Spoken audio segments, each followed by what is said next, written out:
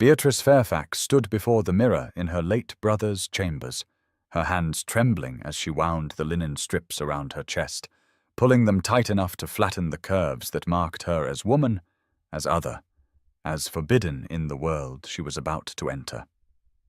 The binding hurt, pressing against her ribs with each breath. But the discomfort steadied her somehow, reminding her that pain was temporary while ruin was forever, and her family stood 3 months from losing everything unless she could convince Sebastian Wentworth, the Duke of Ashford, to show mercy on debts her gambling-addicted father had accumulated before his death 6 months prior. Edmund's evening clothes hung loose on her smaller frame, and she'd had to stuff the shoulders with cotton batting to create the illusion of masculine breadth, had practiced lowering her voice for weeks until the register no longer cracked with feminine pitch, had studied the way men moved through the world with their legs apart and their gestures expansive, taking up space as though it belonged to them by divine right. Her auburn hair, her one vanity, lay coiled and pinned flat against her skull, beneath the cap she pulled low over her eyes, and she barely recognized the young gentleman who stared back at her from the glass, jaw set with determination, even as her hands shook with the enormity of what she was about to attempt. The Atherton Club stood as one of London's most exclusive bastions of masculine privilege, a place where women existed only as topics of conversation or objects of pursuit, never as persons in their own right. And discovery meant not merely scandal, but complete social annihilation for herself and her younger sister Charlotte, who depended on Beatrice's eventual marriage to secure her own future. But marriage required a dowry, and their dowry had been gambled away on cards and horses and foolish investments, leaving nothing but debts that compounded with interest each month, debts held by a duke who had responded to her 3 written requests for audience with silence so complete it was its own form of contempt. So she would go to him, would breach the walls of his fortress, would force him to see her, even if she had to disguise herself as one of his own kind to do it. The walk from her modest townhouse to the club took 20 minutes through gaslit London streets, and every step felt like a performance, shoulders back, stride confident, head high, nodding curtly at other gentlemen who passed, affecting the bored arrogance that seemed to be the natural expression of men who had never questioned their right to occupy space. The doorman at the Atherton Club barely glanced at her, and she realized with a start that the disguise worked because no one expected deception, because the idea of a woman infiltrating this space was so unthinkable that even a mediocre performance would succeed where perfection might draw suspicion. Inside, the club revealed itself as everything she had imagined and worse, all dark paneling and leather chairs, thick with cigar smoke that hung in the air like masculine entitlement made visible, the rumble of male laughter and political discussion creating a constant background drone that spoke of power exercised without question.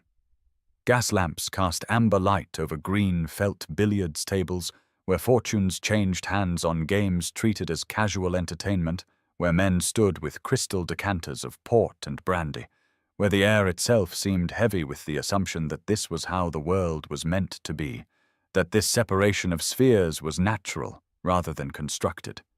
She found Sebastian Wentworth in the largest billiards room, surrounded by a half-dozen admirers watching him play. And even from across the room she could see why society called him the most eligible bachelor in England, tall and dark-haired, with the kind of aristocratic features that looked carved rather than born, moving with the fluid confidence of someone who had never doubted his welcome anywhere. He was explaining a shot to a younger gentleman, his voice carrying that particular tone of amused superiority that made Beatrice's jaw clench, and when she approached and cleared her throat, lowering her voice to its practiced register, he did not even look up from the table, merely waved one hand in dismissal as though she were a servant, rather than a supplicant. "Your Grace," she said, "I come on behalf of the Fairfax family regarding debts of £10,000 owed to your estate." His cue struck the ball with a sharp crack that echoed through the suddenly quiet room, and only then did he straighten, still not looking at her directly, his expression one of aristocratic boredom that suggested her very existence was an inconvenience he should not have to endure. "Tell the Fairfax daughter to sell her jewelry," he said, examining the tip of his cue with more attention than he had given her words. "I have no time for sob stories from families who cannot manage their affairs with basic competence." The casual cruelty of it, the dismissal without even the courtesy of eye contact, sent heat flooding through her chest, fury mixing with desperation in a combination that burned away caution. "Then perhaps you will make time for sport," she said, and this time her voice came out steadier, clearer, pitched to carry across the room. "One game, Your Grace. I win, you forgive half the debt. You win, I will find a way to double our payments within the year." That got his attention finally, his dark eyes lifting to her face, and she saw the exact moment he registered her as something other than a minor irritation, saw his gaze track over her borrowed clothes and too youthful features, saw the smirk that curved his mouth with something that might have been amusement or might have been contempt. "Bold for a whelp who looks barely old enough to shave," he said, but he was setting down his current cue and selecting another from the rack on the wall, choosing with the care of someone who took his games seriously, even when he pretended otherwise. "Very well. Prepare to bankrupt your family further, though I confess I am curious what kind of idiot trained you to think you could compete at a gentleman's game." The other men in the room were gathering closer now, drawn by the prospect of entertainment, their faces showing the same kind of anticipation spectators might bring to a public execution. And Beatrice felt the weight of their attention like a physical pressure against her skin. She chose her cue carefully, testing the weight and balance, rolling it against the table to check for warping, doing all the things Edmund had taught her during those long afternoons when she was still young enough to believe that skill and dedication mattered more than gender, when her brother had laughed and said she had a natural gift for seeing angles that most players took years to develop. Sebastian was chalking his cue with elaborate care, still wearing that smirk. And when he looked at her again, she saw nothing in his eyes but aristocratic certainty of victory, the absolute conviction of a man who had never imagined he might lose to someone he considered beneath him in every possible measure. The game was lag for break, and when her ball rolled to a stop 3 inches closer to the bottom rail than his, she saw surprise flicker across his face before that mask of bored amusement reasserted itself. "Perhaps you have had some training after all," he conceded, "but training and talent are different matters entirely, and I have never lost to an opponent of your apparent youth and inexperience." She did not respond, could not trust her voice not to shake with the combination of fear and rage and desperate hope that surged through her as she bent over the table for her opening break, feeling the weight of all those male eyes on her back, knowing that discovery meant ruin, but knowing also that her family's survival depended on winning this game against a man who had dismissed them with less thought than he gave to choosing his evening port. The balls scattered with a crack like thunder, and 2 solids dropped into pockets, and she straightened to find Sebastian Wentworth looking at her with something new in his expression, something that might have been the first stirring of actual attention, as though she had just transformed from furniture into person in his aristocratic perception. The game had begun, and with it the unraveling of both their careful worlds, though neither of them knew it yet. Sebastian took his first shot with the casual confidence of a man who had never seriously doubted his superiority in anything, his posture loose and relaxed as he sank 2 balls in quick succession.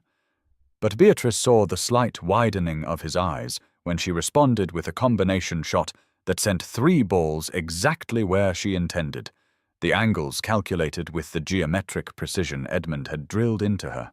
During those long afternoons when the rest of the world seemed determined to teach her that feminine accomplishment meant watercolors and piano rather than mathematics and strategy. The room had been filled with the low rumble of masculine conversation and the clink of crystal, but as the game progressed, something shifted in the atmosphere, a gradual quieting that spread like ripples in a pond until the only sounds were the crack of cue against ball, the whisper of felt, the soft thud of balls dropping into pockets with the inevitability of carefully planned consequences. Sebastian's posture changed first, straightening from that aristocratic slouch into something more focused, his movements becoming precise rather than casual as he began to realize that his opponent was not some reckless youth making lucky shots, but rather someone who understood the geometry of the table with an almost mathematical clarity, someone who could see 3 shots ahead and plan accordingly. "Where did a gentleman's son learn to play like this?" he asked, and there was something new in his voice now, not quite respect, but perhaps the beginning of actual attention, the recognition that he might have underestimated what he was facing, from someone who believed skill matters more than title. She replied, not looking up from the table as she lined up her next shot, a difficult bank off 2 cushions that would have been safer to avoid, but that would leave her perfectly positioned for the following play if she could execute it properly. Her hands were steady now in a way they had not been when she was binding her chest or walking through London streets, because this was the one arena where she had always felt truly capable, where gender disappeared into pure geometry and physics, where Edmund's voice still echoed in her memory, saying that the best players were those who could imagine possibilities no one else could see. The shot went exactly where she intended, and she heard Sebastian exhale, a sound that might have been frustration or admiration or something more complicated. And when she glanced at his face, she saw that his eyes had narrowed, that he was studying her more carefully now, his gaze tracking over her hands that were perhaps too delicate for a young man's, her movements that were perhaps too graceful to be entirely masculine, despite her efforts to mimic the angular gestures she had observed. The game became something electric then, each shot answered with increasing difficulty, Sebastian's bored amusement transforming into genuine focus, and then into something else entirely, something that looked almost like fascination, as he watched her calculate angles and execute strategies that most players would never attempt.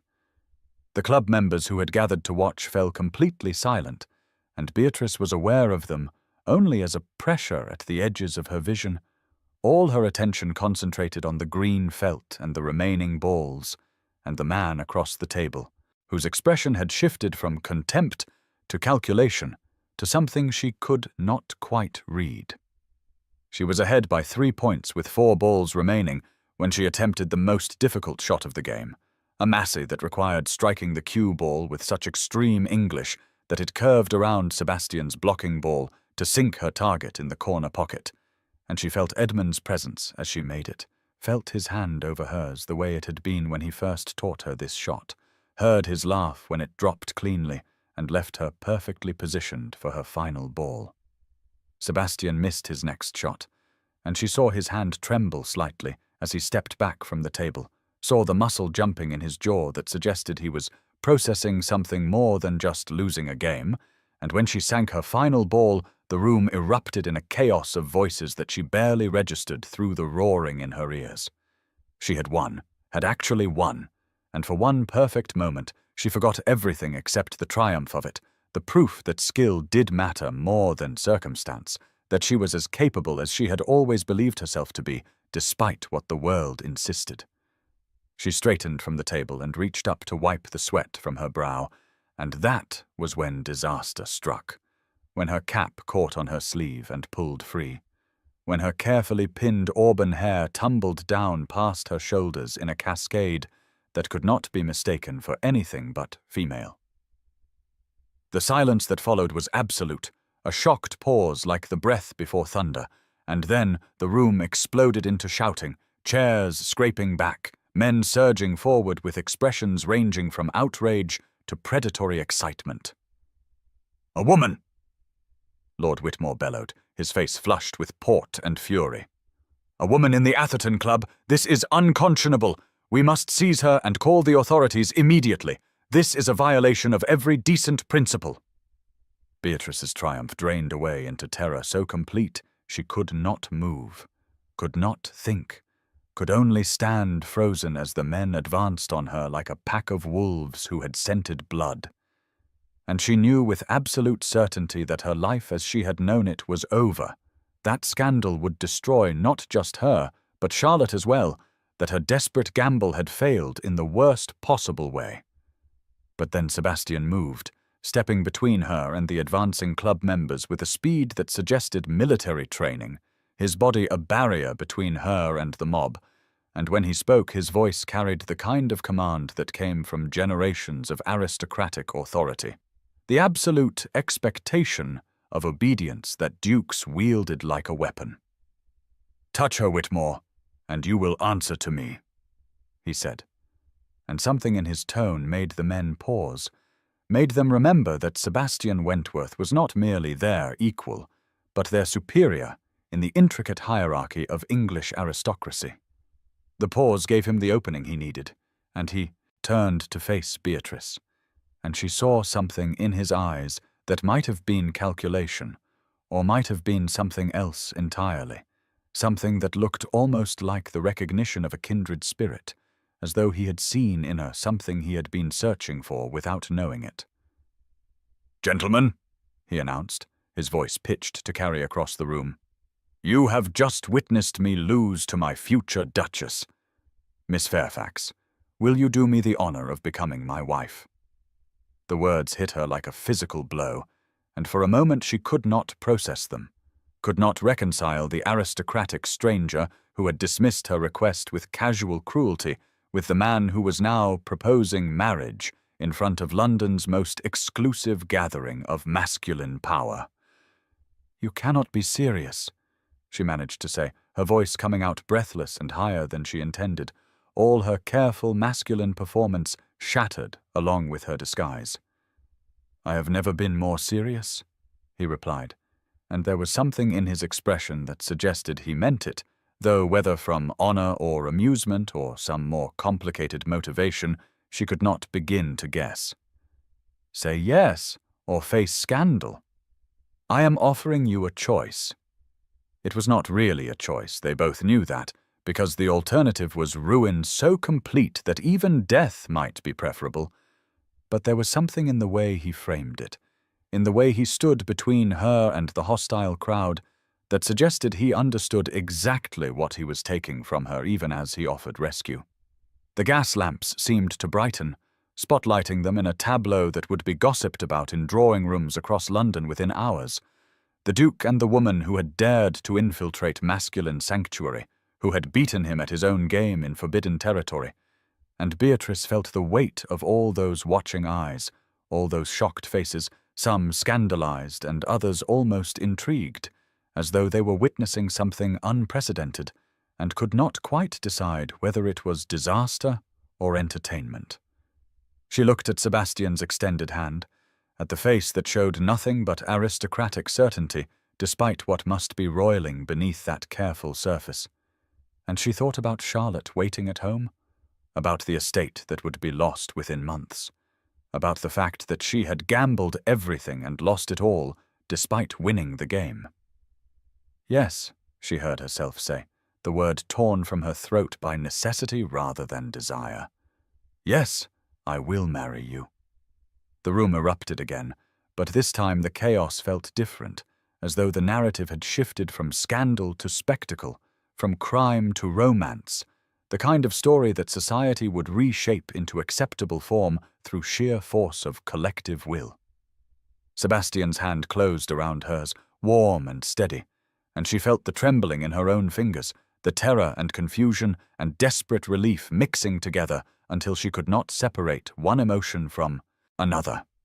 He drew her closer, not quite an embrace, but close enough that she could smell his cologne, something expensive and subtle that spoke of a world so far removed from her own that they might as well be different species. And when he spoke again, his voice was low enough that only she could hear. "I will explain everything," he said. "But for now, trust that I am offering you safety, even if I cannot offer you choice." She wanted to argue, wanted to demand explanations immediately, wanted to rage against the fact that she had freed herself from one trap only to fall into another. But the crowd was pressing closer now, voices raised in congratulation and speculation, and Sebastian was guiding her toward the door with one hand at the small of her back, creating a path through the chaos, through sheer force of aristocratic will. The last thing she saw as they exited the billiards room was the green felt table where she had won and lost everything in the space of a single game, where her brother's lessons had proven both triumph and disaster, where her life had irrevocably changed in ways she could not yet begin to comprehend. And she knew with absolute certainty that nothing would ever be the same again. The carriage ride to Sebastian's townhouse passed in a blur of gaslit streets and her own ragged breathing, and Beatrice sat as far from him as the confined space allowed, her borrowed coat pulled tight around her shoulders even though the night was not particularly cold, the trembling in her hands having nothing to do with temperature and everything to do with the complete dissolution of the life she had known just hours before. Sebastian said nothing during the journey, merely watched her with that unreadable expression that might have been concern or calculation or aristocratic assessment of damaged goods, and she hated him for his silence almost as much as she hated herself for the desperate gratitude that warred with her fury, because he had saved her even as he had trapped her, had offered rescue that felt indistinguishable from capture. His townhouse rose before them like a monument to everything she would never be, all white stone and perfect proportions, the kind of address that appeared in marriage announcements and society columns, that spoke of wealth so old it had calcified into assumption rather than achievement. And when he handed her down from the carriage, his touch was impersonal, careful, as though she were a piece of valuable but fragile cargo that might shatter if mishandled. Inside, the entrance hall stretched upward into shadows punctuated by more gaslights than her family home possessed in its entirety, and servants materialized with the silent efficiency of those trained to anticipate aristocratic needs before they were spoken, taking her brother's coat and cap without comment, though their eyes betrayed their shock at her masculine attire. Sebastian spoke quietly to his housekeeper, an older woman whose face showed nothing but professional courtesy, despite what must have been tremendous curiosity. And within minutes, Beatrice found herself in a guest chamber, being helped into proper feminine clothing, borrowed from Sebastian's younger sister, who was conveniently visiting friends in Bath, and would not miss a single gown from her extensive wardrobe. The dress was beautiful, all ivory silk and delicate lace, but it hung loose on Beatrice's smaller frame and made her feel like a child playing dress-up in her mother's clothes, a little girl pretending to belong in a world that would always see her as interloper rather than equal. When she finally made her way to Sebastian's study, escorted by a maid who knocked and then disappeared with the discretion of well-trained servants, she found him standing before the fire with a glass of brandy in his hand, still wearing his evening clothes from the club, and the sight of him in his natural habitat, surrounded by leather-bound books and hunting trophies, and all the accumulated symbols of masculine power and privilege, made her fury rise up hot and choking in her throat. "This is a joke to you, is it not?" she said, her voice shaking despite her efforts to control it, refusing to move further into the room, refusing to sit in the chair he gestured toward, refusing to accept the brandy he offered. "A lark, the Duke who captured the billiards-playing intruder. What a story you will have to tell at your next dinner party." His expression did not change, but something flickered in his dark eyes, something that might have been irritation or might have been respect for her refusal to be pacified. "If I wanted a joke, Miss Fairfax, I would have let Whitmore call the magistrate," he said, his voice level and cool. "You would be in Newgate by morning, charged with trespassing and fraud, and your family's name would be destroyed so thoroughly that your sister would never make a respectable marriage. So I should thank you for this prison instead," she replied bitterly, beginning to pace because standing still felt impossible, because the energy coursing through her needed outlet or it would tear her apart from the inside. "You have traded one form of captivity for another, debt for marriage, financial obligation for legal binding, and I am supposed to be grateful that you have saved me from consequences of my own desperate actions." He watched her pace with that same unreadable expression, lounging in his chair with deceptive casualness that she recognized now as a performance, a careful construction of aristocratic ease that hid whatever he was actually thinking. "I am offering you freedom from debt and my name," he said. "What you make of it is your choice." But it was not really a choice. They both knew that, because scandal would follow her regardless now. The woman who had infiltrated the Atherton Club in masculine disguise, who had beaten the Duke at billiards and somehow emerged engaged rather than ruined, and society would watch their marriage with the avid attention usually reserved for public executions or royal weddings. "Then I choose a marriage in name only," she said, stopping her pacing to face him directly, lifting her chin despite the tears that threatened at the corners of her eyes, angry tears that she would not let fall in front of him. 1 year, then a quiet separation. You get your entertainment, whatever amusement you derive from having captured the unusual Miss Fairfax, and I get my family's survival. We will fulfill the bare minimum of public expectation and then part ways with our respective dignities intact. Something flickered in his eyes then, something that looked almost like pain or perhaps disappointment, though why he should be disappointed by her completely reasonable proposal she could not begin to understand. "Agreed," he said, and the ease of his acceptance made her irrationally angry, as though some part of her had wanted him to argue, to insist on a real marriage, to suggest that their arrangement might be something more than mutual convenience. "On one condition," he continued, setting down his brandy glass and rising from his chair with fluid grace. "You must teach me how you really play. No more pretending to lose to preserve male pride, no more holding back to make your opponent feel superior. I want to learn to see the table the way you do." She stared at him, caught completely off guard by this request that made no sense in the context of their forced engagement. "Why would you want that?" she asked, suspicious that this was some kind of trick, some way of mocking her further by pretending interest in the skill that had brought about her downfall.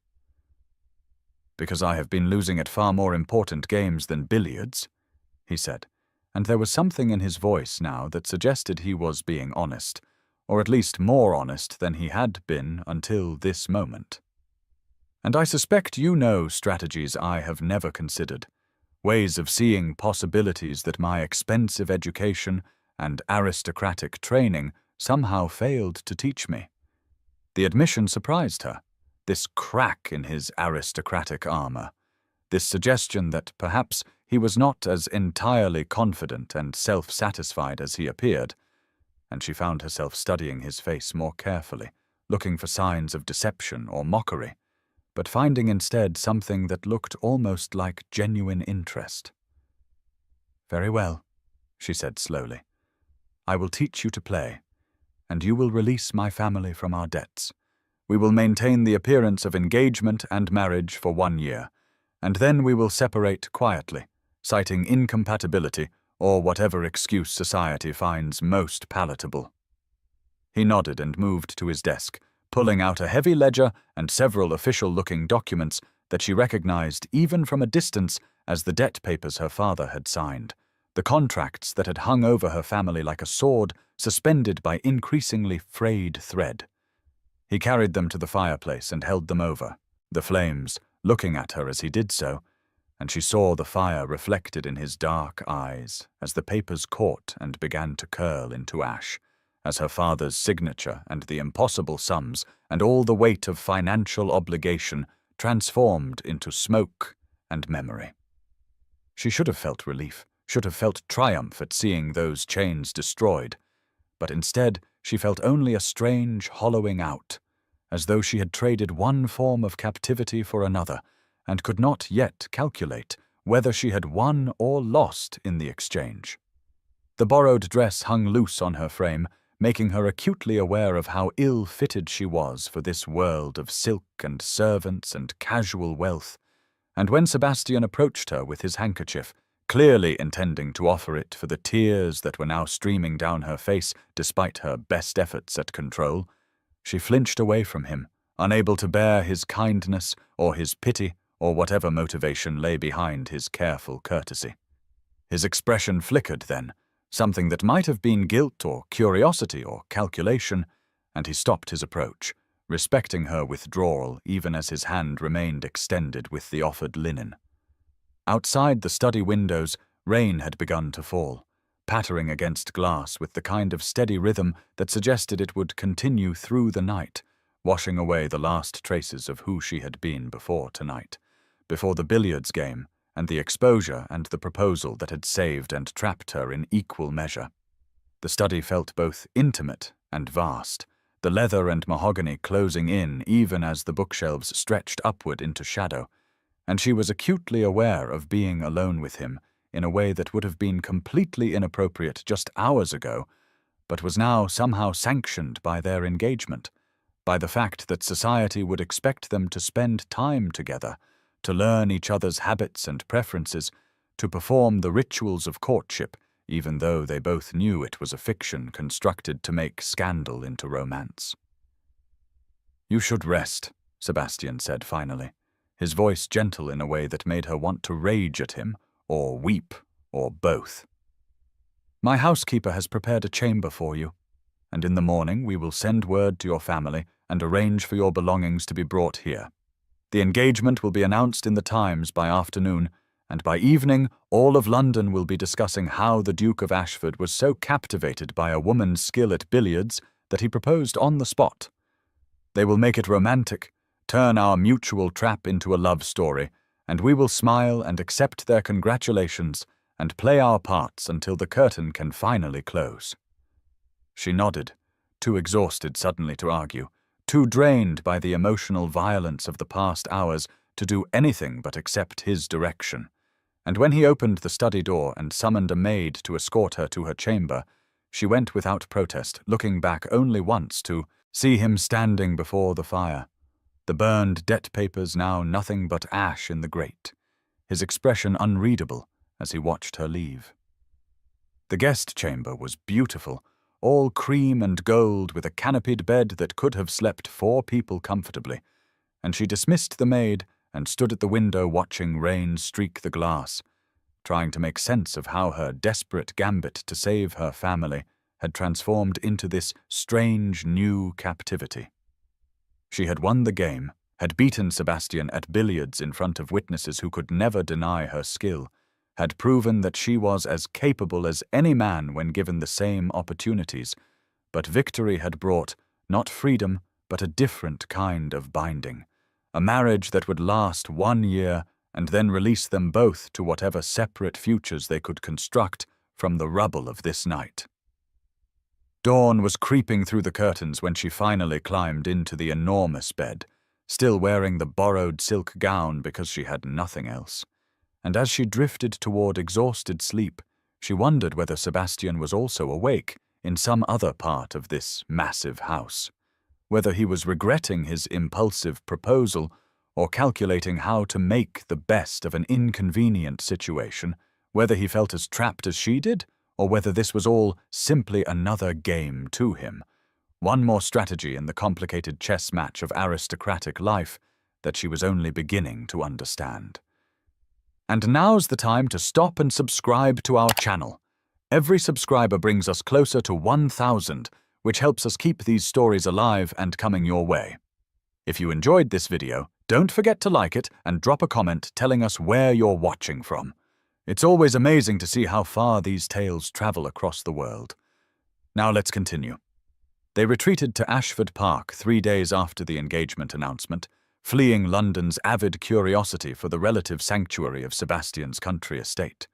And Beatrice spent the first week exploring the grounds and avoiding her future husband, except at meals where they maintained the kind of polite, distant conversation that strangers might exchange at a dinner party, discussing weather and landscape, and nothing of any substance whatsoever. The billiards room occupied the east wing of the manor house, smaller and more intimate than the cavernous space at the Atherton Club, with tall windows overlooking gardens where autumn was beginning to assert itself in bursts of gold and crimson. And when she arrived for their first lesson, she found Sebastian already there, standing with military posture beside the table, his expression carefully neutral. She had prepared a speech about rules and expectations, about maintaining professional distance during instruction, but the words died in her throat when she saw how he held himself, all rigid formality and aristocratic control, and she realized with sudden clarity that he was as uncomfortable with this arrangement as she was, that his apparent ease was as much performance as her own careful courtesy. They maintained 3 feet of distance during that first lesson, Beatrice's instructions coldly technical as she explained angles and English and how to calculate the path of the cue ball after impact, and Sebastian listened with the focused attention of someone taking military orders, executing each shot with precision, but without any real understanding of why certain strategies worked better than others. "You are playing like you are following a recipe," she told him after he missed an easy combination shot for the 3rd time. Billiards is not about memorizing positions. It is about understanding principles and then seeing how they apply to each unique situation. He had frowned at that, clearly frustrated by his own limitations, and she had felt an unwelcome flicker of sympathy for this man who was accustomed to excellence in everything he attempted, who was discovering that natural talent and expensive instruction could only carry someone so far. The second lesson went much the same way, formal and distant, her demonstrating shots while he watched and then attempted to replicate them with varying degrees of success. And she told herself that this was exactly what she wanted, a purely transactional arrangement where she fulfilled her obligation to teach him and he fulfilled his obligation to shelter her from scandal. And in 1 year they would part as cordial acquaintances who had never really known each other at all. But during the 3rd lesson, something shifted, some indefinable change in the atmosphere that Beatrice could not quite identify until Sebastian made an impossible bank shot she had taught him, the kind that required visualizing angles that seemed counterintuitive, and he laughed with genuine delight at his success, the sound so unexpected and unguarded that she found herself smiling in response before she could stop herself. "That was perfect," she said, and meant it, because the shot had been genuinely impressive, showing that he was beginning to internalize the principles rather than just memorizing positions. "You are starting to see the table differently now, starting to understand that what looks impossible is often just unexpected." His face transformed when he laughed, she noticed, all that aristocratic distance dissolving into something warmer and more human, and she felt her own careful walls beginning to crack despite her best efforts to maintain them. Over the following weeks, the lessons became less formal, the 3-foot distance shrinking to 2 feet, and then to whatever proximity was necessary for proper instruction, and Beatrice found herself forgetting to be guarded when she was explaining strategy, her enthusiasm for the game overriding her determination to remain aloof and professional. "You are playing like you are afraid to fail," she told him during their 5th lesson, when he chose a safe shot, over a risky one that would have been far more effective. "This shot requires confidence, requires believing that you can make it even when logic suggests otherwise." "Confidence," he said, and there was something sharp in his voice, from the woman who had to disguise herself as a man to be heard. The words stung, and she felt heat flooding her face, felt the familiar anger rising at this reminder of her humiliation. "I disguised myself because your world refuses to see women as anything but ornaments," she replied, her voice tight with barely controlled fury. "Because I knew that walking into that club as myself would have resulted in immediate dismissal, that my skill and my family's need would matter less than the fact that I lacked the proper anatomy to be taken seriously." He was quiet for a long moment, and when she finally looked at his face, she saw something there that might have been shame or recognition, or both. "You are right," he said quietly. "I apologize. That was unfair." Another pause, longer this time, and then, "Teach me to play like you, like someone with nothing left to lose." The request surprised her, the honesty of it, and she found herself studying him more carefully, seeing past the aristocratic armor to something more vulnerable underneath. "Very well," she said, and began teaching him not just technique, but philosophy, explaining how Edmund had always said that the best players were the ones who could imagine possibilities no one else sees, who could look at a table full of obstacles and see opportunities instead. Sebastian proved to be a quick study once he stopped trying to follow the rigid rules of gentlemanly play, once he allowed himself to take risks and attempt shots that conventional wisdom said were impossible, and she felt an unwelcome pride in his progress, in the way his face would light up when he executed a particularly difficult combination, or when he finally understood why an unconventional angle worked better than the obvious approach. During the lessons, they began actually talking, not the polite nothing conversations of their formal dinners, but real exchanges about their lives and losses and the ways they had learned to survive in a world that seemed determined to fit them into boxes they did not quite match. She learned that his parents had died in a fire when he was 19, that he had become Duke far too young with responsibilities he felt completely unprepared for, that his arrogance and rigid behavior came not from natural superiority, but from desperate fear of appearing incompetent, of failing the legacy that had been thrust upon him before he was ready. He learned that she had been managing her family's estate for years after her father descended into gambling addiction following her mother's death, that her brother Edmund had died in a riding accident just 2 years ago, that her billiards skill came from those long afternoons when Edmund would take her to their old barn to escape their father's dark moods, teaching her geometry and physics through the medium of felt and ivory balls. Edmund always said the best players are the ones who can imagine possibilities no one else sees, she said softly during their 8th lesson, when Sebastian asked why she always seemed to find solutions that never occurred to him. That the game is not about what is, but about what could be, if you are willing to risk everything on a single shot. "Is that what you do?" Sebastian asked, watching her face with an intensity that made her suddenly self-conscious. "See impossible possibilities." "I did once," she replied, focusing on the table rather than meeting his eyes. "Before I learned the world has very narrow ideas about what is possible for people like me.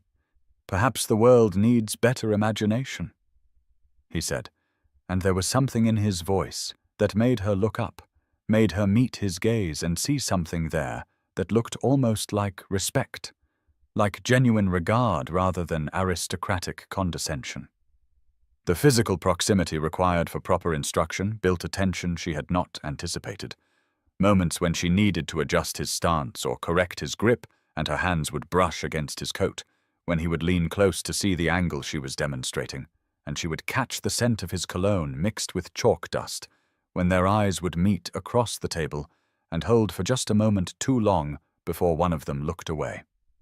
There was the lesson when she overreached across the table to demonstrate a particularly difficult shot and lost her balance, and Sebastian caught her before she could fall, his hands strong and steady on her waist, and they both froze in that position, breath catching, acutely aware of the warmth of his touch through the thin fabric of her day dress.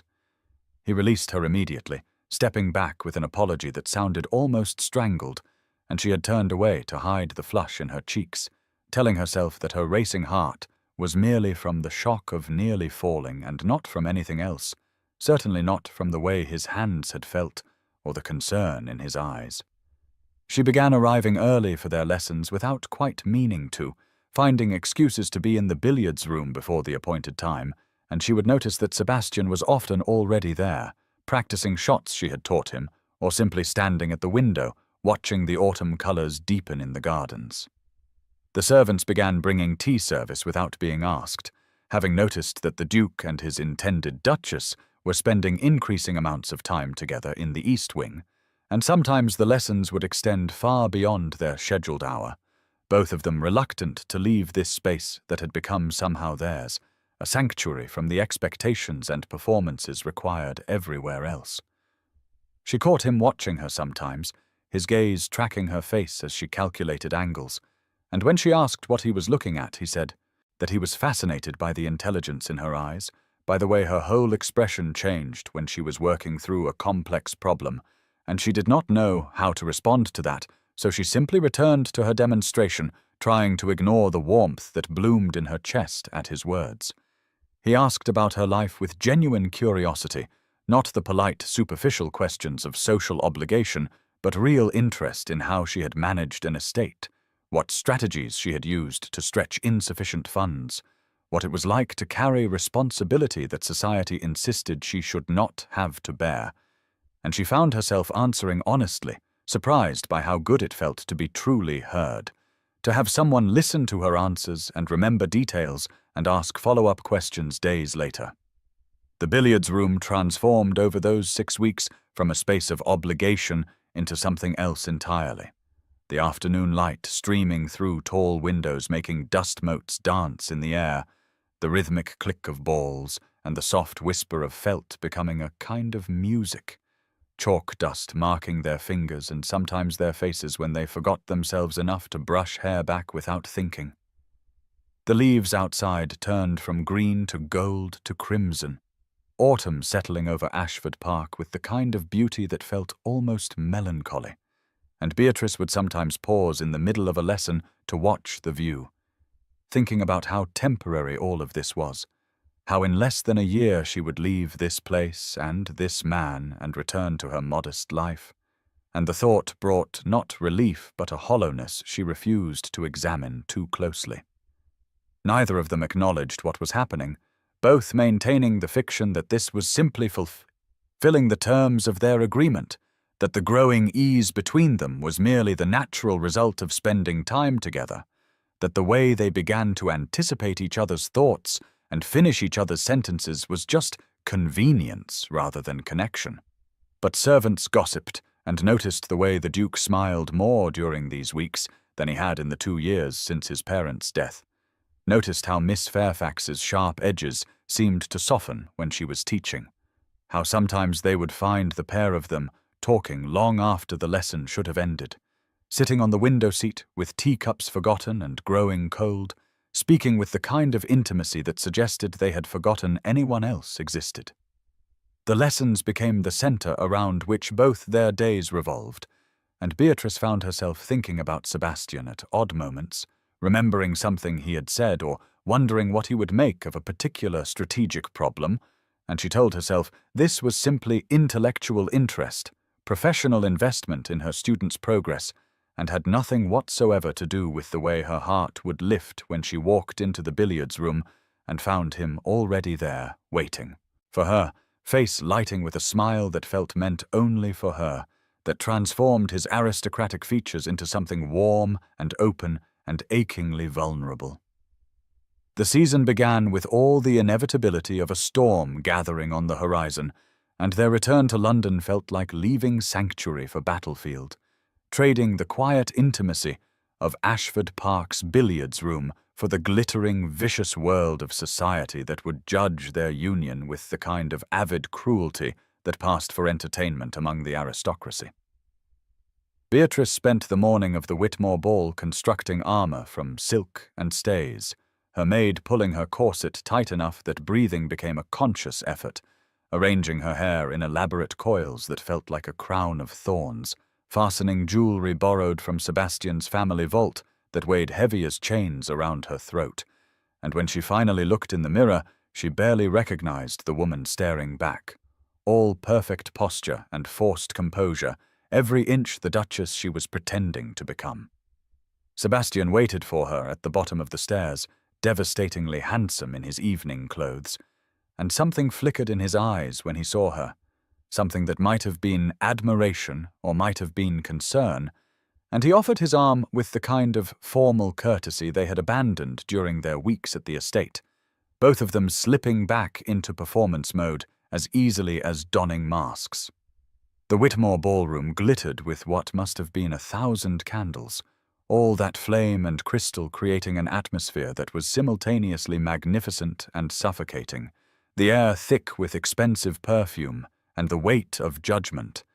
And the moment they were announced, Beatrice felt the attention of the entire room fix upon them like a physical pressure, felt the whispers start immediately, a constant undertone of malice beneath the orchestral music that made her want to turn and flee back to the carriage. Sebastian's jaw clenched, but his expression remained one of ducal calm, that aristocratic mask he wore so well, and he guided her into the ballroom with one hand at the small of her back, a touch that was both possessive and protective, claiming her as his in front of everyone who had gathered to witness their first public appearance since the scandal. The whispers followed them like a wake, cutting and cruel in the way that society excelled at, speculation about whether the Duke had lost a wager or his mind, whether Miss Fairfax had actually trapped him, or whether this was some elaborate joke they were not sophisticated enough to understand, and Beatrice kept her chin high and her expression serene, even as each barbed comment landed like a physical blow. They had made it perhaps 20 minutes into the evening, accepting congratulations from those brave or curious enough to approach them directly, when Lady Henrietta Tilney materialized from the crowd like a particularly elegant viper, all golden curls and pale blue silk, and a smile that did not reach her ice-colored eyes.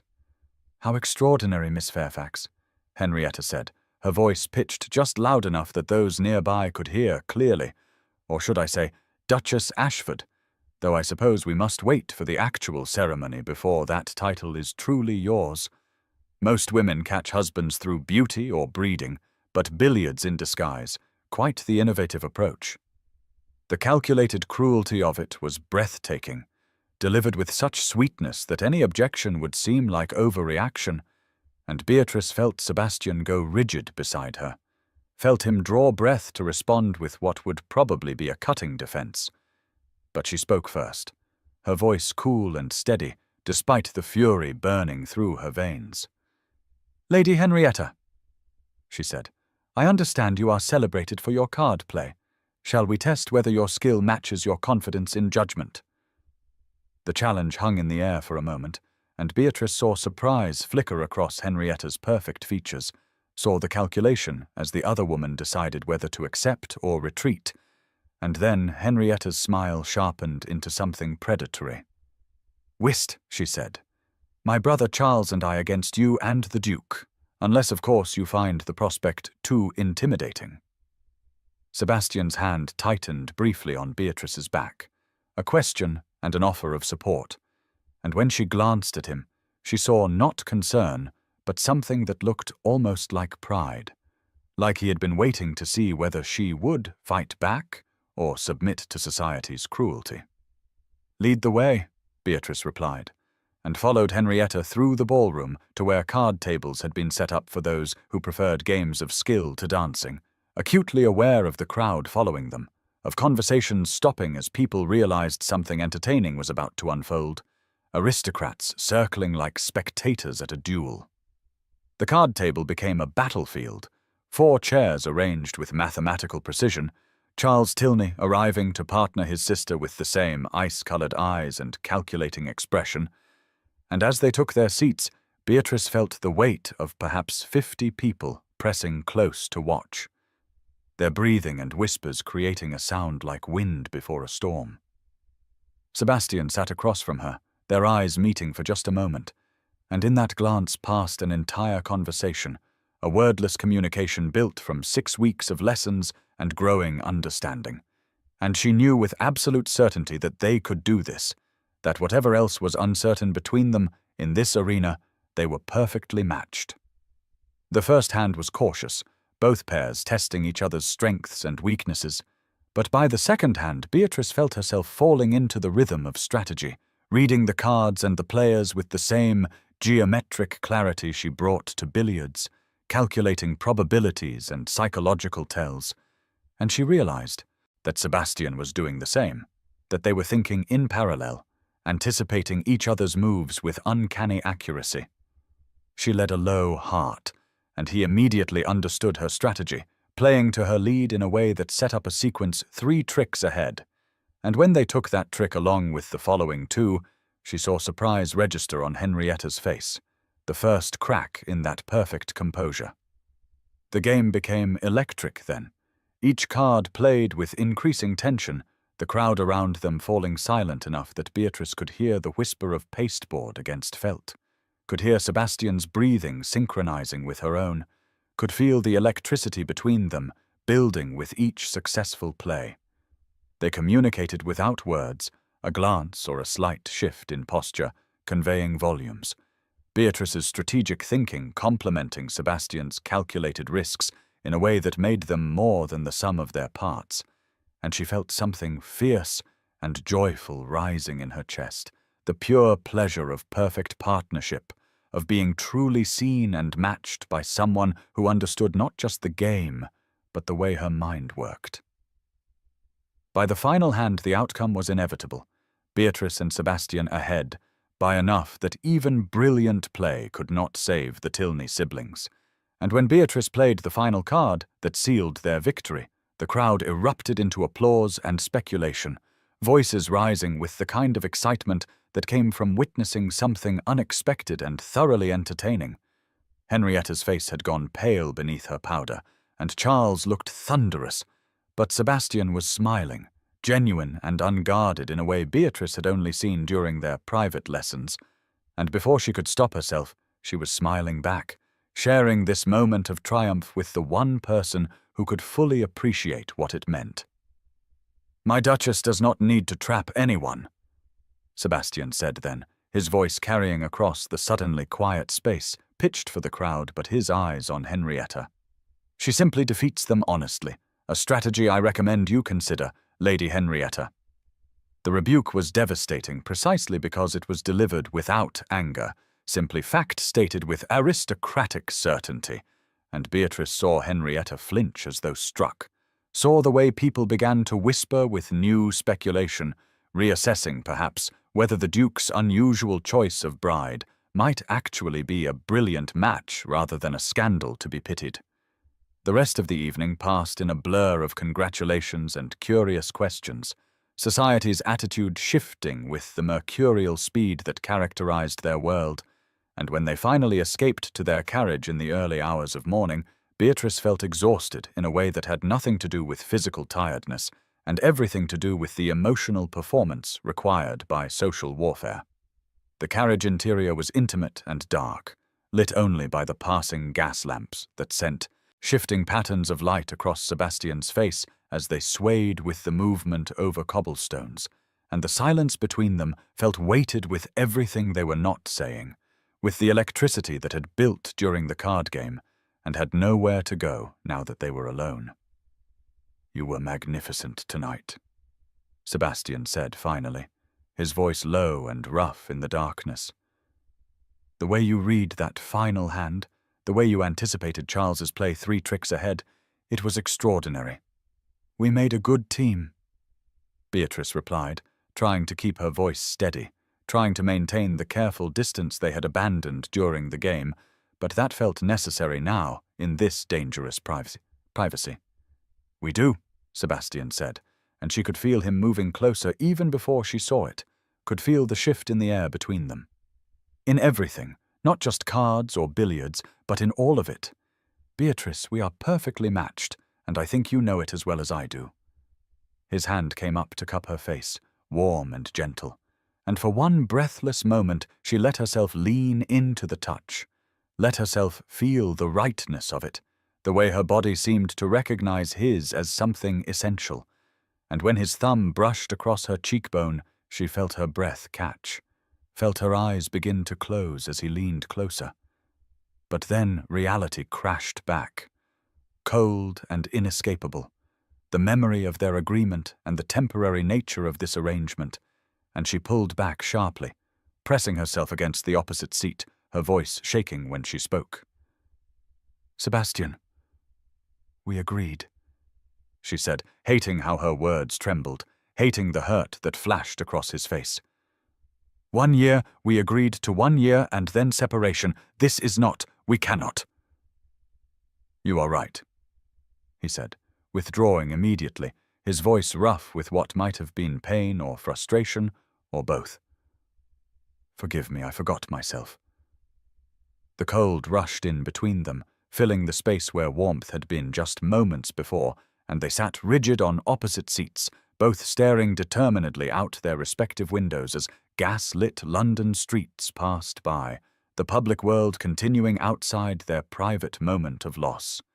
Beatrice felt tears threatening and forced them back through sheer will, refusing to cry in front of him, refusing to acknowledge what she had just rejected, or why the rejection felt like tearing something vital from her own chest. The carriage ride lasted perhaps 15 more minutes, but felt like hours. Every second weighted with the things they were not saying, with the feelings they were not acknowledging. And when they finally arrived at the townhouse, they separated immediately. Sebastian murmuring something about correspondence that needed attention and disappearing into his study.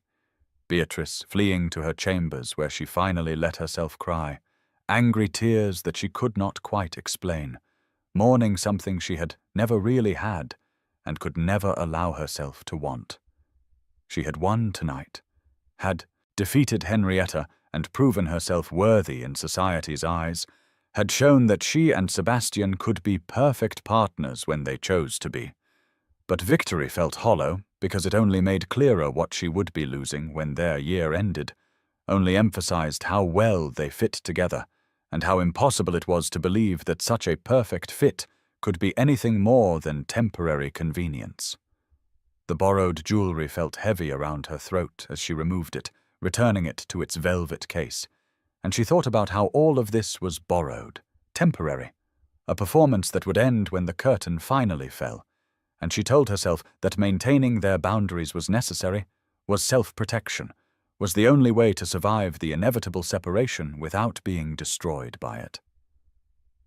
But as she climbed into bed and listened to the sounds of the house settling around her, she could still feel the ghost of his hand on her face, could still see the hurt in his eyes when she pulled away, and she wondered whether protecting herself from future pain was worth the present ache that seemed to be hollowing her out from the inside, leaving her empty in a way that felt worse than any scandal or ruin could have been.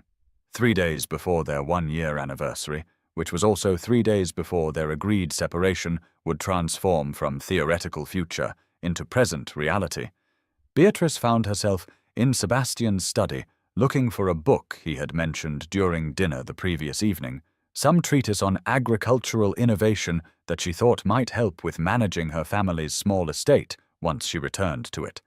And she was searching the shelves near his desk when she knocked over a stack of papers that scattered across the leather surface like evidence at a trial.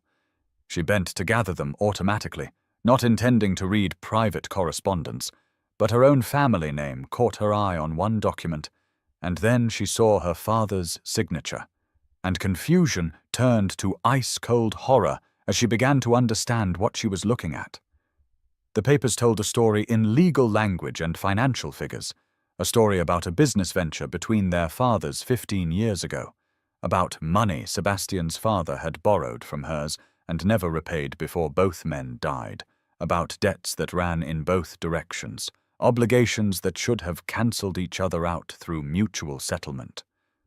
Her hands shook as she read through document after document, seeing with terrible clarity that Sebastian had always known, that he could have declared the debts void through offsetting claims, that he had chosen instead to hold her family's obligation over them like a sword while conveniently forgetting his own family's counter-debt.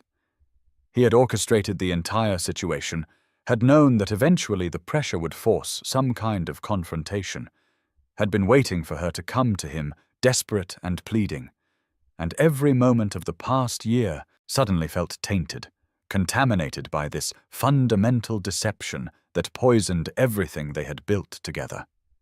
She was still standing there, papers clutched in trembling hands, when Sebastian entered his study and stopped dead in the doorway, his face going white as he saw what she held, saw the expression on her face that must have communicated her understanding and her fury. "You knew," she said, her voice surprisingly steady despite the way her entire body was shaking. "Before the club, before everything, you knew you could cancel these debts."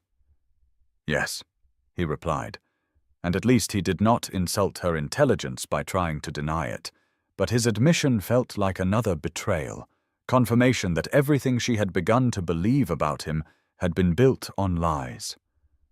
"This whole year," she continued, hearing her voice go cold and distant. "The proposal, the lessons, all of it was manipulation.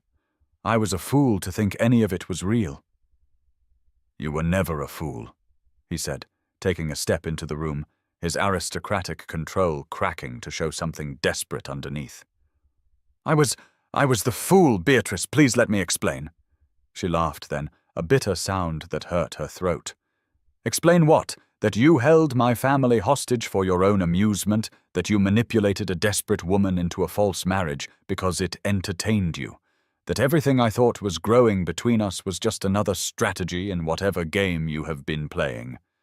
I saw you 2 years ago," he said, the words tumbling out now as though he could not contain them. "At the Dashwood estate, you were in the garden reading Descartes, and you laughed at something on the page, and I could not stop thinking about you, about what kind of woman reads philosophy in a garden and finds it amusing rather than tedious." "Do not," she said, fury rising hot enough to burn away the ice. "Do not romanticize your cruelty. Do not pretend this was some grand passion when it was just manipulation and control."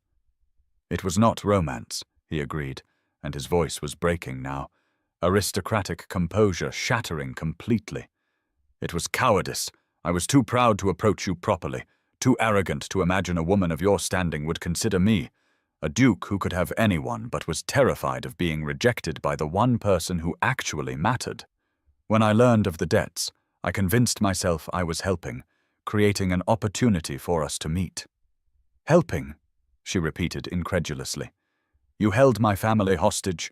You forced me into a position where I had to debase myself, had to disguise myself and infiltrate a place I was forbidden, had to risk everything just to get your attention, and you call that helping?" "I fell in love with you during our 3rd lesson," he said desperately, moving closer despite the way she stepped back. "When you explained the geometry of impossible angles, your whole face lit up, and I knew I would never want anyone else. But you had made it so clear our arrangement was temporary, and I was terrified that if I confessed, you would think it was obligation or pity rather than genuine feeling." "So you said nothing," she said, and tears were streaming down her face now, though her voice remained steady. "You let me believe we were playing a game, with clear rules while you rewrote them in secret. Let me start to trust you, start to care, all while knowing you had built everything on deception from the very beginning." "Yes?" he said, and now his voice was breaking completely. "I am sorry. I am so desperately sorry. I know I do not deserve your forgiveness, but please, Beatrice, please let me try to make this right." "I do not know if I can forgive this," she said, backing toward the door. "I do not know if I can trust anything between us was real, if any moment we shared was genuine, or if it was all just part of your elaborate manipulation." She turned and fled before he could respond, taking the stairs to her chambers 2 at a time, and began packing with methodical determination, each folded garment a decision, each closed trunk a statement that she would not stay in this house built on lies for one more night than absolutely necessary. Thunder rumbled in the distance, as though the sky itself was responding to the emotional tempest, and through her window she could see storm clouds gathering, turning afternoon into premature twilight. Sebastian appeared in her doorway as she was fastening the final trunk, his face showing more raw emotion than she had ever seen there. All his aristocratic masks stripped away to reveal something wounded and desperate. "Please do not leave like this," he said. "Stay, let us talk. Let me find some way to prove to you that what I feel is real, even if how we began was wrong." But she could not stay, could not remain in this room that had felt like sanctuary, but now felt like a beautiful prison. Could not look at him without seeing the evidence of his deception scattered across his desk downstairs. "The carriage is waiting," she said, her voice flat and distant. "Our agreement was for 1 year. 3 more days changes nothing except to prolong the inevitable." When she moved to pass him in the doorway, he caught her arm, gently but firmly enough to stop her, and she saw tears in his eyes, which shocked her because she had never imagined Sebastian Wentworth capable of crying. "I love you," he said, the words torn from him like a confession. "I know I have no right to say it. No, I have forfeited any claim to your regard through my own cowardice and manipulation. But it is true, and has been true for longer than I can bear to admit." She pulled her arm free, could not allow herself to soften, could not let his words penetrate the armor she was constructing to survive this. "Love built on deception is not love at all," she said. "It is just another form of control." She walked past him then and did not look back, even when she heard what might have been a sob from behind her, made her way down the stairs and out to where the carriage waited in the gathering storm. Rain had begun to fall, cold and steady, and the servants loading her trunks moved with sad efficiency, their faces carefully neutral, though she knew they must have heard at least part of the confrontation. As the carriage pulled away, she looked back once and saw Sebastian standing in the doorway, rain soaking through his shirt because he had not bothered with a coat, his face a study in devastation. But she forced herself to turn away, to stare resolutely forward at the road that led away from London and back to the small estate where she would rebuild whatever life was possible after this year of beautiful deception. The tears came then, rage and heartbreak mixed together until she could not distinguish one from the other, crying for the man she thought she had been falling in love with, for the partnership she had begun to believe was real, for the future she had allowed herself to imagine, despite knowing better, despite all her careful walls and determined self-protection. The storm matched her mood, rain hammering against the carriage roof, thunder rolling like artillery, lightning illuminating the countryside in stark flashes that made everything look strange and foreign. She thought about the billiards room at Ashford Park, about afternoon light making dust motes dance while they played and talked and slowly learned each other's stories. And that sanctuary now felt tainted, contaminated by the knowledge that he had been manipulating her from before they even met. That his interest had never been spontaneous or genuine, but rather calculated and controlled. She thought about the card game at the Whitmore ball, about the perfect synchronization between them, the wordless communication and absolute trust, and wondered how she could have trusted him so completely when he had never truly trusted her enough to be honest. The worst part was not even the deception itself, but what it revealed about his fundamental character. That when faced with something he wanted, his instinct was to manipulate and control rather than to risk genuine vulnerability, to orchestrate circumstances rather than to approach honestly and accept possible rejection. She had spent the past year slowly lowering her walls, slowly allowing herself to believe that perhaps this temporary arrangement might transform into something real, slowly learning to trust again after her father's betrayals and her brother's death. And now she felt foolish for having believed any of it, for having imagined that an aristocratic duke could genuinely care for a woman of modest means and scandalous reputation beyond whatever amusement or convenience she provided.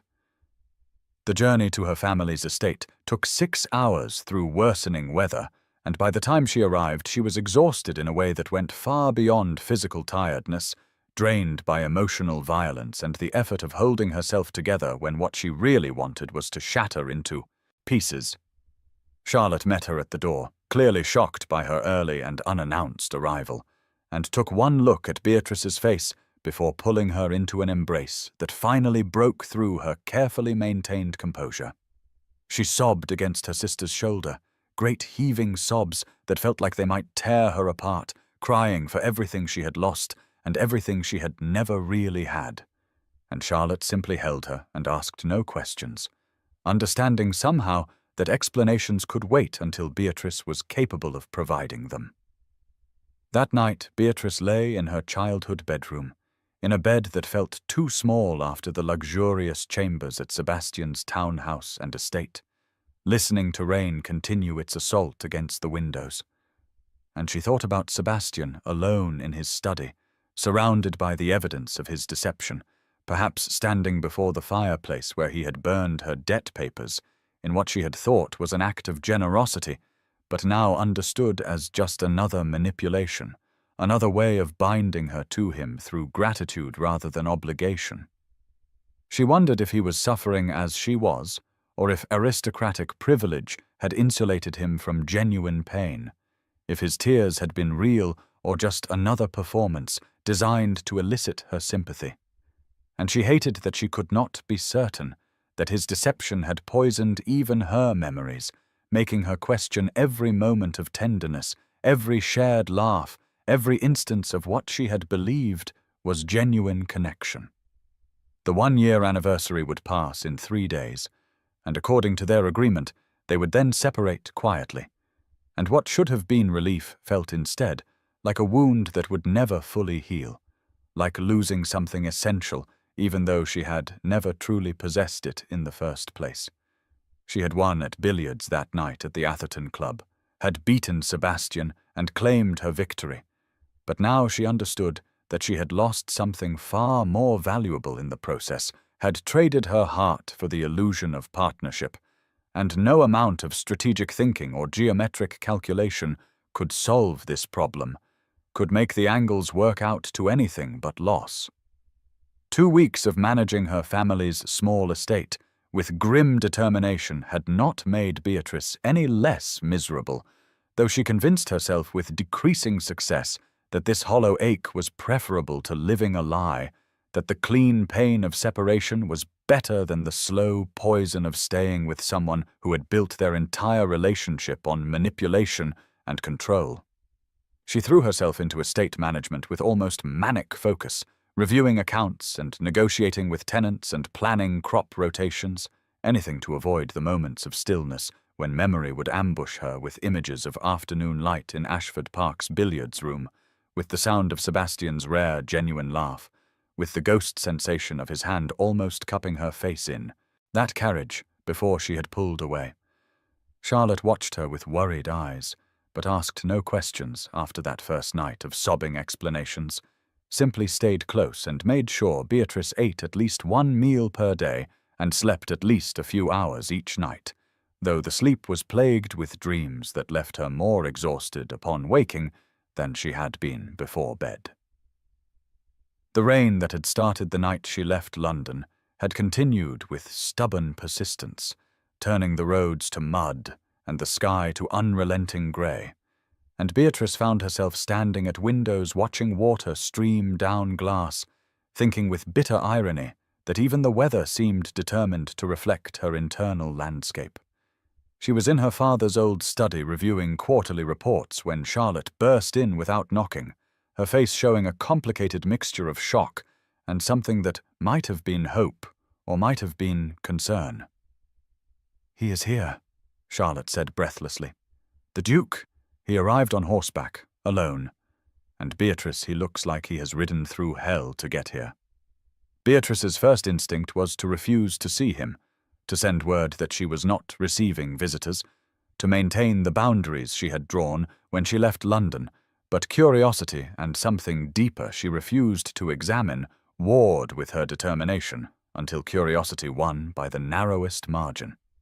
She went to the front door and found Sebastian standing in the rain, soaked through despite his riding coat, his hair plastered to his head, and his face showing exhaustion so profound it bordered on devastation, and he looked nothing like the polished aristocrat who had dismissed her request that first night at the Atherton Club, and everything like a man who had been stripped down to something raw and essential.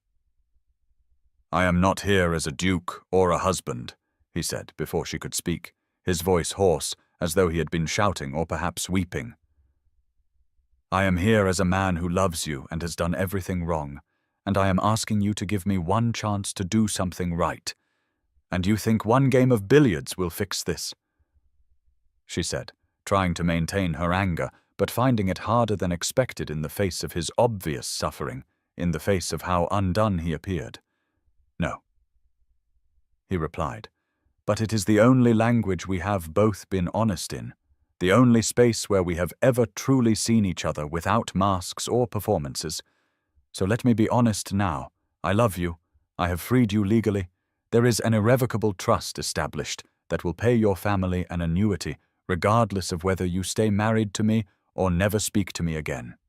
You have real freedom now, real choice, and I am asking you to play for 1 month of your time. Let me court you as I should have from the beginning. Let me prove that what I feel is genuine, even if how we began was unforgivable. She should have refused, should have sent him away, should have protected herself from further hurt, but something in his eyes, something desperate and genuine that she had never seen there before, made her hesitate, made her wonder whether perhaps they were both broken enough to understand each other's damage. "Where?" she asked, and saw relief flash across his face so intense it looked painful. "Your barn," he said, "where your brother taught you, where this all began before I corrupted it with my manipulation. I have prepared the space, cleaned the table. All I am asking is for you to play 1 game with me. If you win, I will arrange our separation and never contact you again. You will be free of me in every way that matters. If I win, you give me 1 month to court you properly. No obligations, no debts, no games beyond the honest pursuit of your heart." She studied his face, looking for signs of deception or manipulation, but found only exhaustion and desperate hope, and after a long moment she nodded once, sharp and decided. "Very well, 1 game. But Sebastian, if this is another manipulation, I swear I will never forgive you." "I know," he said simply. "I am counting on it to keep me honest." She followed him through the rain to the old barn where Edmund had taught her, where she had not been since his death because it hurt too much to enter this space without him. And when she pushed open the heavy door, she stopped in shock at what Sebastian had done. The dusty, neglected space had been transformed. Candles set up on every available surface, casting warm light that made shadows dance on walls. The billiards table that had gathered dust for 2 years, now cleaned and restored. The felt brushed smooth and the pockets cleared. Chalk and cues laid out with care that suggested this mattered profoundly to him. The rain drummed on the roof with rhythmic insistence, creating an intimate sound that seemed to isolate them from the rest of the world, and the scent of old wood and chalk dust mixed with rain brought memories flooding back so intensely she had to steady herself against the doorframe. "You did this," she said, and her voice came out softer than intended, betraying how touched she was by the tenderness evident in every detail, by the fact that he had remembered this place mattered to her and had honored it rather than trying to replace it with something grander. "I did," he confirmed, "because this is where you learned to see impossible possibilities, where your brother taught you that skill matters more than circumstance. And I wanted to meet you here, in the place where you have always been most yourself, where neither of us can hide behind aristocratic performance or social expectation." They took their positions on opposite sides of the table, and Beatrice felt her hands steady in the way they always did when she held a cue, felt herself settling into this element where she had always felt most capable and most free. They lagged for break, and her ball stopped closer, so she took the opening shot, breaking with controlled force that scattered balls across the felt with satisfying cracks. The game progressed in charged silence, each shot calculated and executed with the skill they had both developed, and Beatrice found herself falling into the familiar rhythm of strategy and geometry, the world narrowing to green felt and ivory balls, and the man across from her who watched not the table, but her face, his focus not on winning, but on something else entirely.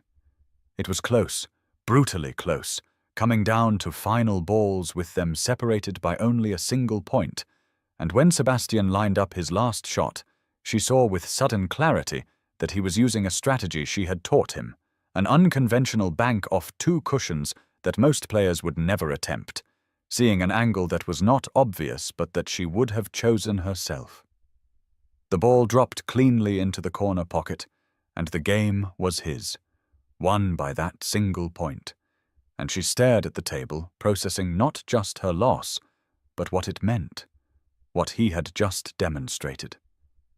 You let me win, she said slowly, not a question but a realization. At the club, that first game, you let me win. He met her eyes directly, no evasion or aristocratic deflection.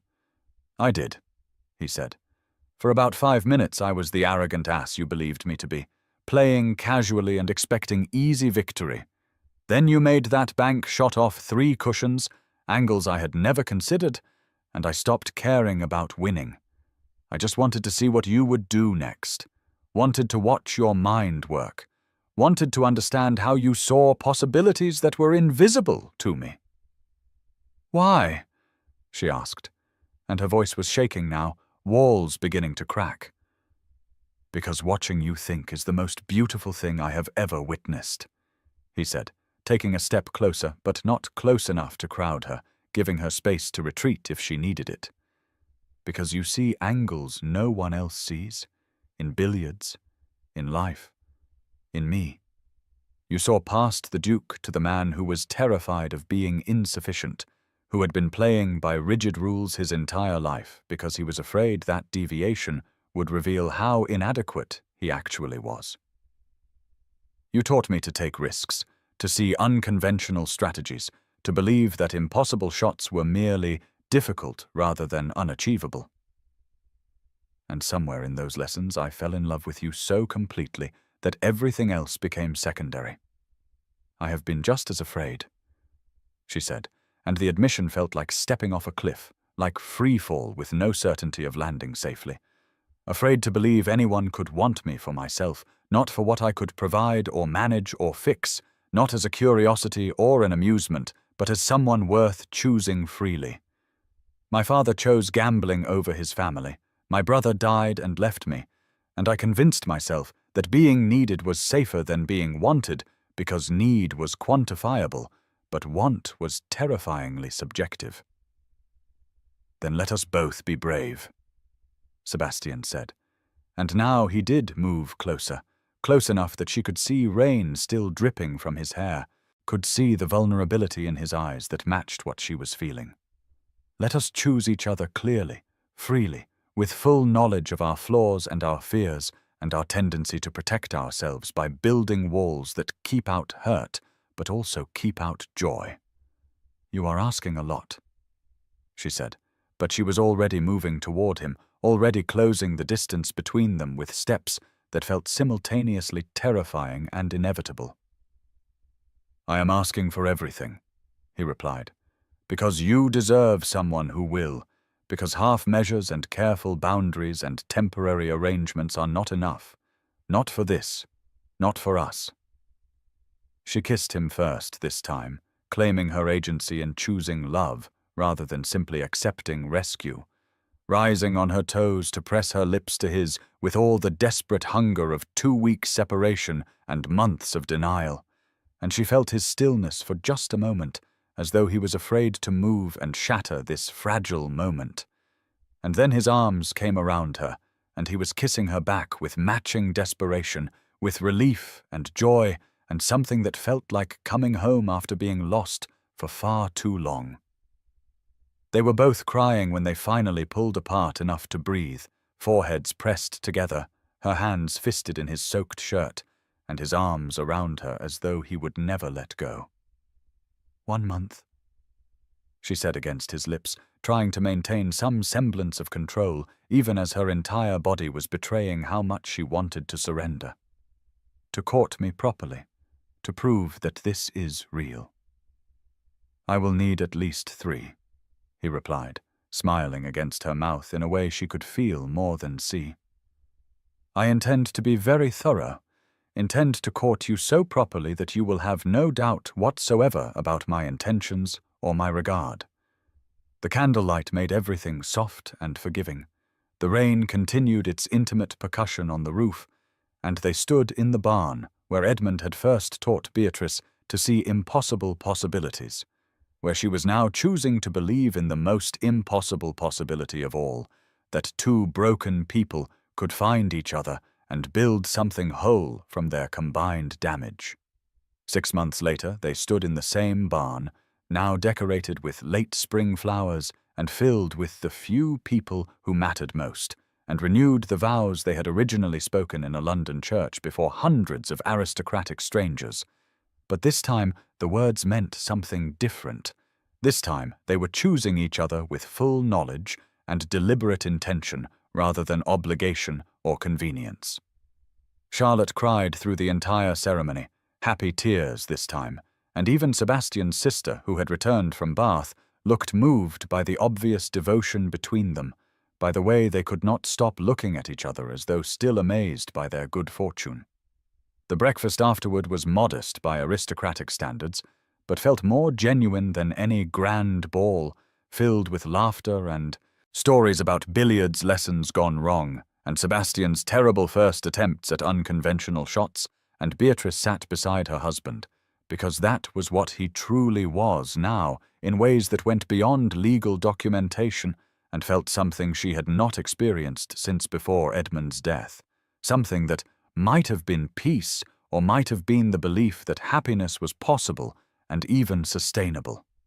6 years after that, 6 years of genuine partnership and growing understanding and the kind of love that came from choosing each other daily rather than just once, Beatrice stood in Ashford Park's billiards room on a sunny afternoon and watched Sebastian teach their 5-year-old daughter Arabella how to hold a cue properly. The child stood on a stool to reach the table, all dark curls inherited from her father, and sharp intelligence inherited from them both, and she was explaining in very serious tones that she understood about angles and geometry, even though she could barely reach across the felt. "You are gripping too tightly," Beatrice said, moving to adjust Sebastian's hands on Arabella's smaller ones. "Edmund always said tension ruins accuracy. You need to be firm, but relaxed. I seem to recall you telling me the same thing during our 4th lesson," Sebastian replied with a smile that still made her heart skip even after all these years. "Right before I made that impossible masse shot that you swore I would never manage. You made it because you finally stopped trying to control everything and trusted your instincts," she said, and pressed a kiss to his temple in the easy, affectionate way of long partnership. "The same lesson applies to parenting, I suspect." "Mama," Arabella said with the impatience of a child who felt adults were straying from important topics. "Are you going to help me make this shot or just kiss Papa all afternoon?" "We can do both," Sebastian said solemnly. "Your mother and I are excellent at managing multiple priorities simultaneously." They positioned themselves around Arabella, Beatrice's hand over their daughters on the cue, Sebastian's hand over both of theirs, and together they guided the shot, the cue ball striking true and sending the target ball rolling across felt to drop into the corner pocket with a satisfying thunk. Arabella squealed with delight, jumping up and down on her stool with the unself-conscious joy of a child who had not yet learned to temper her enthusiasm, and Beatrice caught her before she could fall, swinging her down with a laugh that felt like pure happiness. "That is how it is done," Sebastian said, ruffling his daughter's dark curls. "The best games are played as partners, not opponents, working together toward shared goals rather than competing for individual victory." "Like you and Mama," Arabella said, with the directness of children who see more clearly than adults sometimes wish they would. "You are partners in everything, not just billiards. Exactly like your Mama and me," Sebastian confirmed, meeting Beatrice's eyes over their daughter's head with an expression that conveyed volumes, that spoke of gratitude and love and the ongoing amazement that they had found each other, despite all the obstacles they had created themselves. The afternoon light streamed through tall windows, making dust motes dance in the air, the way it had during those early lessons when they were still strangers negotiating a temporary arrangement. But now this room was filled with laughter and belonging, with the easy intimacy of a family built on honesty and choice, and the daily decision to see each other's worth. That evening, after Arabella was in bed, Beatrice and Sebastian returned to the billiards room for a game of their own, a tradition they had maintained through the years because this space remained somehow sacred, a reminder of where they had learned to truly see each other. They played with comfortable familiarity, no longer needing words to communicate strategy, simply existing together in the rhythm they had built through patience and practice, and the willingness to take impossible shots. "I never thought I could be this happy," Beatrice said during a pause between turns. That night at the Atherton Club, terrified and desperate, I could not have imagined that losing at my own game would lead to winning everything that actually matters. "You did not lose," Sebastian corrected gently, moving close enough to pull her into his arms.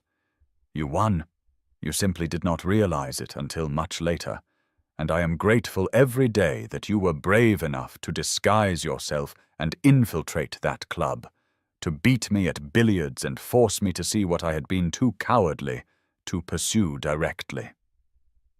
They stood like that for a long moment, swaying slightly in an embrace that needed no music, and through the windows the sun set over Ashford Park's grounds, painting everything in shades of gold and crimson, and Beatrice thought about impossible possibilities, about the woman who had once believed skill was all she had to offer, and the man who had once believed control was the only path to security, and how they had learned together that the best victories were the ones achieved through partnership, through the willingness to be vulnerable, through choosing each other not once but continuously, every day, every impossible shot, every risk taken with steady hands and hearts brave enough to believe that some games change the players in ways that make winning and losing irrelevant compared to the joy of playing together.